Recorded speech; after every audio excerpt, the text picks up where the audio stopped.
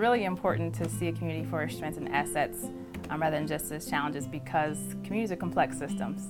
There is a lot that takes place in the community, and there are a lot of moving parts, and so it's really simple to just say community is bad because that's the narrative you hear on the news. If you get closer in and you look more deeply, you are able to see the nuances and even some of the things that are not often highlighted in media that really speak to the strengths of the community. One of the things that I hear a lot when working with communities are comments like, why do you think you need to fix us? Or, why do you think you have all of the answers? The reason that other people are coming into the community to work is not because of a lack of strength or a lack of assets in terms of cultural assets or social capital. It's the result of systemic opportunity gaps, and understanding what that means when you begin to partner with community members within their own context. Well, when you have the cultural wealth framework and you're thinking about the wealth that exists there, it helps you to really see the community. Sometimes, we're in community, we don't actually see it for what it is. We kind of just see it based on what media tells us about the community. But when we have the wealth kind of perspective as well, we can have a more accurate perspective of the community. I call it community acuity, right? The ability to see and have a keen awareness of things that exist in the community by not just being blinded by or just having in your vision that which is challenging, but also being able to really go deep and have an engagement that's really intimate and powerful. Every community has wealth.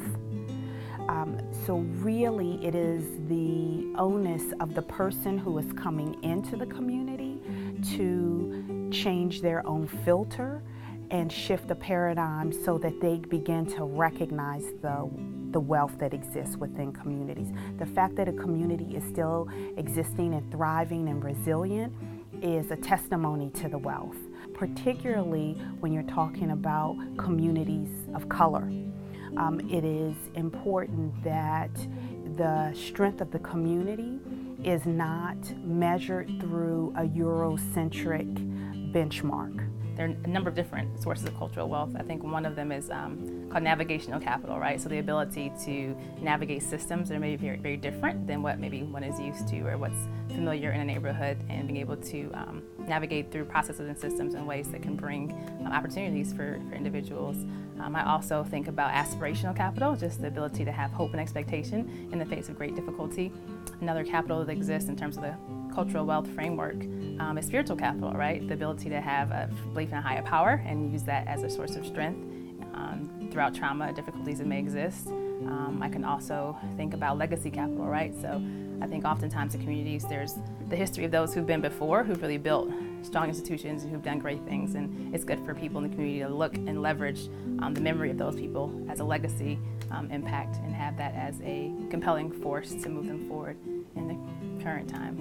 In order to make meaningful transformation, it is necessary to develop and build relationships and partnerships. And one does not do that without recognizing and acknowledging the strengths that communities have and bring to the table.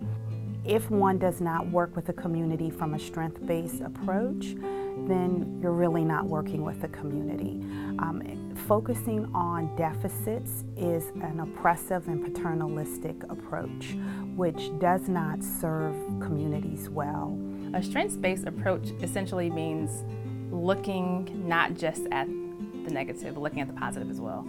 A community like Homewood is full of people, and people are gifts. People have strength, people have things to offer, unique packages of things that are really powerful and unique and relevant. And so when you have the perspective of looking not just for those things that are, scary, or the things that are, different in a way that is troubling, but more so looking for the people and what they're bringing to the community, and also the institutions that are there, and having that strengths perspectives gives you some leverage to be able to interact and to engage in a meaningful way in the community.